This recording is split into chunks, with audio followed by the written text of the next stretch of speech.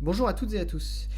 Je vais vous présenter dans cette première vidéo le polycopié du chapitre numéro 14 qui parle de primitives. Alors je vais commencer par vous présenter ce que c'est qu'une primitive. Alors je vais lire la définition. Soit petit f une fonction définie sur un intervalle i. On dit que grand F est une primitive de petit f sur cet intervalle. Si grand F est dérivable sur cet intervalle et que sur cet intervalle la dérivée de grand F est égale à petit f.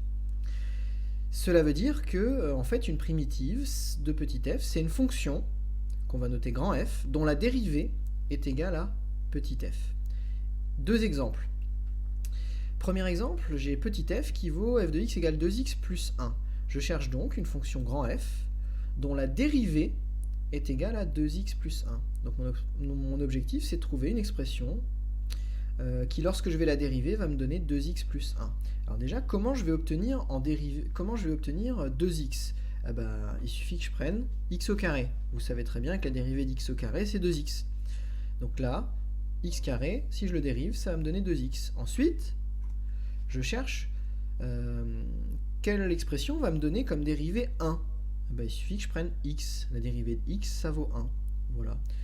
Donc si je dérive un bilan x carré plus x, ça va me donner 2x plus 1, donc ça va bien me donner petit f de x, et donc ça veut dire que cette expression là est l'expression d'une primitive de la fonction petit f. Deuxième exemple, petit f vaut x au carré plus x moins 3. Je cherche donc une fonction dont la dérivée est égale à x carré plus x moins 3. Regardons terme à terme. Cherchons déjà quelle fonction va me donner comme dérivée x au carré. Alors, je sais que x au cube, lorsque je le dérive, ça va me donner 3x carré. Donc je fais apparaître mon x carré, sauf que j'ai un coefficient 3 en trop. Ce coefficient 3, bien sûr, il n'est pas là. J'ai 1x carré.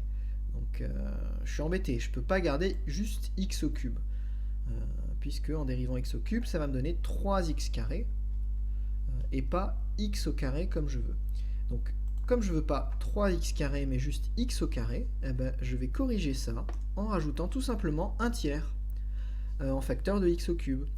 En effet, si je dérive 1 tiers de x au cube, ça va me donner 1 tiers fois 3x carré, et le 1 tiers fois 3 s'annule, il me restera juste x carré, c'est exactement ce que je veux.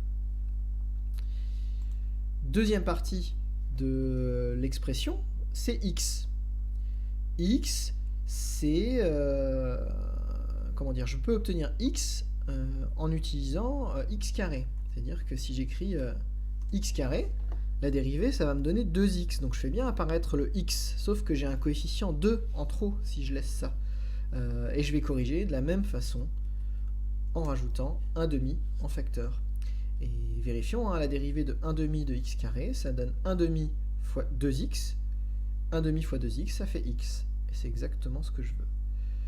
Dernier terme de l'expression, c'est le plus simple. La dérivée de... je cherche une expression dont la dérivée est égale à moins 3. Il suffit que je prenne moins 3x.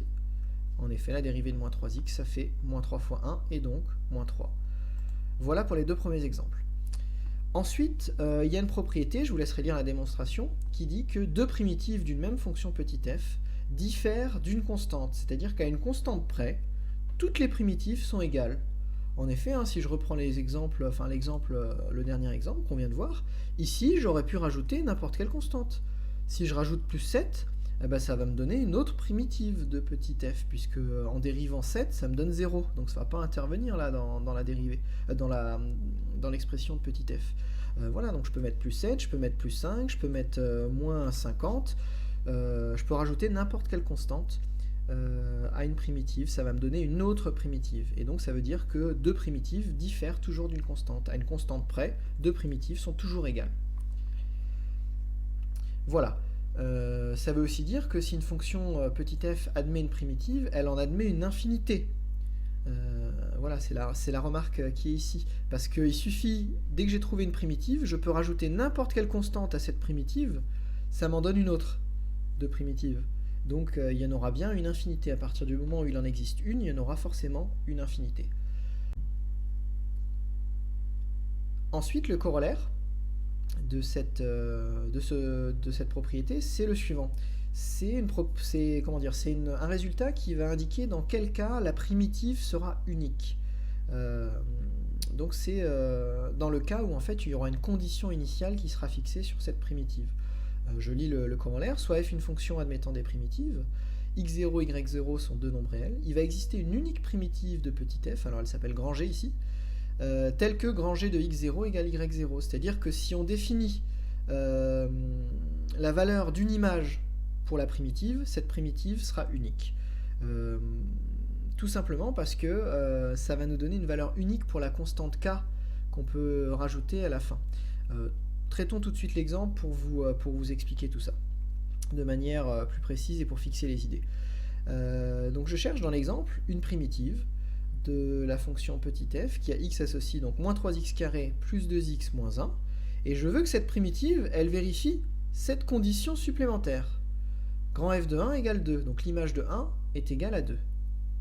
D'accord ? Donc je cherche l'unique primitive de petit f qui vaut 2 en 1. Voilà, on peut traduire ça de la façon suivante. Donc voici comment on peut procéder. Tout d'abord, on va chercher la forme de toutes les primitives de petit f. On ne va pas considérer en fait cette condition supplémentaire sur grand f. On va chercher d'abord une primitive de, toutes les primitives de cette fonction-là. Alors l'exemple est un petit peu plus simple que le précédent. Je cherche donc une expression dont la dérivée va donner moins 3x carré plus 2x moins 1. Alors pour obtenir moins 3x carré, c'est assez simple, il suffit que je prenne moins x au cube, parce que la dérivée de moins x au cube, ça donne moins 3x carré. Ensuite, je cherche à obtenir 2x. Lorsque je vais dériver, il suffit que je dérive x au carré, ça va me donner 2x. Donc je vais bien obtenir ce terme-là. Et ensuite, si je mets moins x, la dérivée de moins x, ça va bien me donner moins 1. Donc si je dérive moins x au cube plus x carré moins x, ça va bien me donner petit f. Et si je rajoute n'importe quelle constante, ça va toujours me donner petit f lorsque je vais dériver. Donc ça, c'est vraiment la forme de toutes les primitives de cette fonction petit f. Donc c'est moins x au cube plus x carré moins x plus k. Voilà, première chose. Maintenant, deuxième chose, on va utiliser la condition sur grand f que l'on a, et en fait on va voir que cette condition, grand f de 1 égale 2, va nous donner forcément une seule valeur possible pour la constante k, et on va déterminer cette valeur. Donc regardons ce que cela donne. Donc j'exploite la condition grand f de 1 égale 2, c'est-à-dire que l'image de 1 par cette fonction doit donner 2, donc l'image de 1, ça va donner moins 1 au cube, plus 1 au carré, moins 1, plus la constante k. Et ce résultat-là doit faire 2. Poursuivons l'équation que l'on obtient. Donc moins 1 au cube plus 1 au carré moins 1, ça fait moins 1, plus k égale 2. Et je passe le moins 1 à droite de l'égalité, ça va me donner k égale 2 plus 1, c'est-à-dire k égale 3. Voilà, donc on voit bien en fait que c'est le fait d'ajouter une condition supplémentaire qui va faire que la constante k, ici, on ne va pas pouvoir choisir n'importe laquelle, elle sera forcément unique et elle sera déterminée par la condition initiale, là, qui ici est grand f de 1 égale 2. Le bilan de tout ça, c'est que l'unique primitive de petit f, telle que grand f de 1 égale 2, ça va être l'expression suivante, dans laquelle la valeur de k sera égale à 3. Donc voilà le résultat. Ensuite, les deux pages qui suivent sont des tableaux vous donnant les différentes formules à connaître sur les primitives usuelles. Alors, soit des primitives directement de fonctions usuelles, soit des primitives liées aux opérations sur les fonctions. Ce tableau, je ne vais pas le détailler, c'est exactement celui que vous avez eu pour les dérivés. Il est simplement à lire dans l'autre sens, parce que l'opération de calculer une primitive, c'est l'opération réciproque de calculer une dérivée. Un exemple. Si je prends la ligne qui est ici, une primitive de x au carré, ça va être 1 tiers de x au cube, en effet, parce que si je dérive 1 tiers de x au cube, ça va me donner 1 tiers fois 3x carré, c'est-à-dire x carré. Voilà. Donc si je dérive la partie de droite, j'obtiens la partie de gauche. Voilà, donc je vous laisse apprendre ces formules qui sont bien sûr à connaître. Vous devez déjà les connaître en grande partie, puisque une grande partie était dans le tableau des dérivés qu'on avait vu. Ensuite, le deuxième tableau, c'est le tableau sur les primitives des opérations. Donc c'est le même principe, on a déjà vu tout ça. en tout cas pour une grande majorité des formules. Exemple, hein, si je prends cette ligne-là, tout simplement, si j'ai une expression de la forme, une fonction de la forme u'v plus v'u, je sais qu'une primitive de ça, ce sera u fois v. Parce que on avait vu que la dérivée d'un produit u fois v, c'est u'v plus v'u. Voilà, et on peut raisonner de la même façon pour les autres lignes. Et je termine la vidéo par en insistant sur les 4 formules qui sont grisées ici dans ce tableau. C'est les 4 formules qui sont sans doute les plus utilisées dans les exercices. Et en fait, la méthode pour utiliser ces 4 formules est la même. Je vais détailler les deux premières l'utilisation des 2 premières formules qui sont ici sur les 2 exemples qui suivent. Donc, premier exemple, je vais détailler la formule qui est ici, c'est-à-dire qu'une primitive de u' u puissance n, c'est égal à u puissance n plus 1 sur n plus 1. Traitons cela sur le premier exemple. Donc je cherche une primitive de petit f, là, qui vaut 2x plus 3 le tout puissance 4. Je vois bien que j'ai affaire à une puissance, j'ai une expression puissance 4. Et si je regarde dans ma colonne de gauche, là, il n'y a qu'une seule ligne qui correspond à des puissances de fonctions, c'est celle-ci, là, u puissance n. Sauf que dans la formule, j'ai u' u puissance n. Il me faut absolument ce u' pour pouvoir appliquer la formule. Je ne l'ai pas ici, puisque j'ai que u puissance 4, j'ai pas le u', mais on va pouvoir s'en sortir quand même en faisant apparaître ce u'. Voilà, donc c'est ce qui est expliqué ici. Comment on va faire apparaître ce u'? Là, j'ai u puissance 4. J'aimerais avoir u' u puissance 4 pour pouvoir appliquer ma formule. Donc je vais l'écrire, je vais faire apparaître ce u'. Donc u c'est 2x plus 3, donc u' c'est la dérivée de 2x plus 3, c'est-à-dire 2. Donc j'aimerais avoir 2 devant la parenthèse. Je l'écris, je l'ajoute ce 2. Donc je vais avoir 2 facteur de 2x plus 3, le tout puissance 4. Là j'ai u' fois u puissance 4. Je suis bien dans le cadre d'application de la formule qui est là. Le problème, c'est que je ne vais pas pouvoir l'appliquer tout de suite, puisque je viens de rajouter un 2, il n'était pas au départ. Et donc l'expression qui est là n'est pas égale. Ici, là, le égal, il n'est pas juste pour le moment. Il n'est pas égal à ce qu'il y a avant.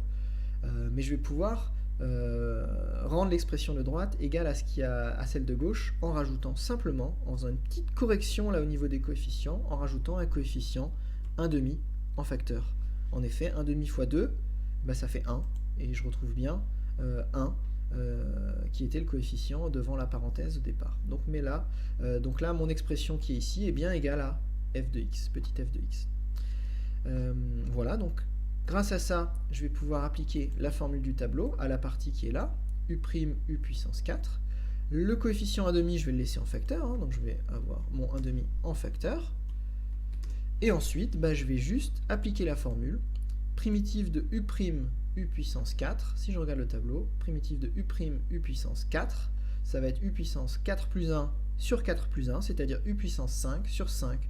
Donc ici, la primitive, ça va être u puissance 5 sur 5. Voilà, mais avec u, qui est l'expression 2x plus 3. C'est-à-dire ici, je vais juste remplacer le u par 2x plus 3. Voilà, donc ça va me donner 2x plus 3 puissance 5, le tout sur 5. On peut simplifier le 1/2 fois 1/5 en mettant 1/10 en facteur. Ça va me donner 2x plus 3 puissance 5, le tout divisé par 10. Voilà le résultat. Si vous n'êtes pas convaincu, vous n'avez qu'à essayer de dériver l'expression qu'on vient de trouver. Et lorsque vous allez calculer la dérivée, vous devez trouver comme résultat de la dérivée la valeur, l'expression de petit f. Enfin, dernier exemple. Je cherche une primitive de 5 exponentielle de 2x. Donc je regarde mon tableau, j'ai qu'une seule ligne qui correspond à de l'exponentielle. C'est celle-ci. Primitive de u' exponentielle u est égale à exponentielle de u. Donc je vais essayer de faire apparaître cette forme-là pour pouvoir en déduire une primitive. Donc si je regarde l'expression, je dois avoir u' exponentielle u. Donc je dois avoir, en fait, devant l'exponentielle, là, je dois avoir la dérivée de ce qui est dans l'exposant. Regardons ce que j'ai ici. j'ai exponentielle de 2x, donc j'aimerais avoir devant l'exponentielle la dérivée de 2x, c'est-à-dire j'aimerais avoir 2 ici. Le problème c'est que j'ai pas 2, j'ai 5. Eh ben, je vais le faire apparaître ce 2. Donc je vais procéder de la façon suivante, qui est identique au premier exemple. Je vais rajouter ce 2 devant l'exponentielle pour avoir u' exponentielle de u. Mais en rajoutant ce 2, l'égalité là n'est plus vraie, puisque j'ai le double de l'expression de départ. C'est plus, ce qui est à droite n'est plus égal à petit f de x. Mais je vais pouvoir corriger ça tout simplement en rajoutant un demi en facteur. Parce que si je rajoute un demi fois 2 ça fait 1, et donc j'ai bien 5 exponentielle de 2x, c'est bien égal à petit f de x. Voilà, donc en fait je vais avoir devant mon expression petit f la constante 5 demi qui est en facteur de 2 exponentielle de 2x. Voilà, donc ça c'est une expression qui est égale à f de x. D'accord ? Dans cette expression, j'ai fait apparaître la forme que je voulais avoir, 2 exponentielle de 2x, c'est-à-dire u' exponentielle de 2x. Si on regarde dans le tableau, u' exponentielle de u, ça va donner comme primitive exponentielle de u. Voilà, donc je peux écrire le résultat. Je laisse la constante 5 demi en facteur, et en appliquant la formule que je viens d'énoncer, primitive de u' exponentielle de u, c'est exponentielle de u, c'est-à-dire exponentielle de 2x. Et voilà le résultat.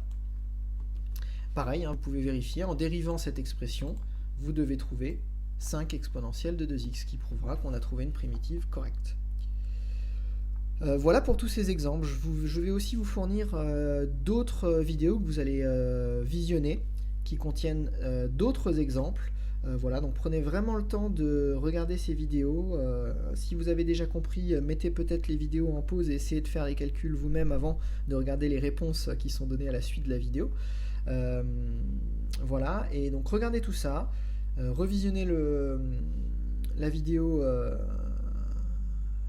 que je suis en train de vous présenter avant de traiter les exemples qui vont être sur la dernière page du polycopier, où vous allez avoir toute une série de fonctions dont il va falloir calculer à chaque fois une primitive. Alors je pense que je vais remettre en forme ce document de manière à catégoriser un petit peu plus les différentes formes de primitives à utiliser. Voilà, donc je vous laisse bien regarder cette vidéo, bien regarder les autres vidéos que je vous propose avant de commencer à chercher les exercices qui sont sur la dernière page. Voilà, bon visionnage, bon travail, bon courage, n'hésitez pas, si vous avez des questions, à m'envoyer un petit email. Je vais regrouper les questions et essayer d'apporter une réponse globale aux questions similaires que vous vous posez. Voilà, bon courage.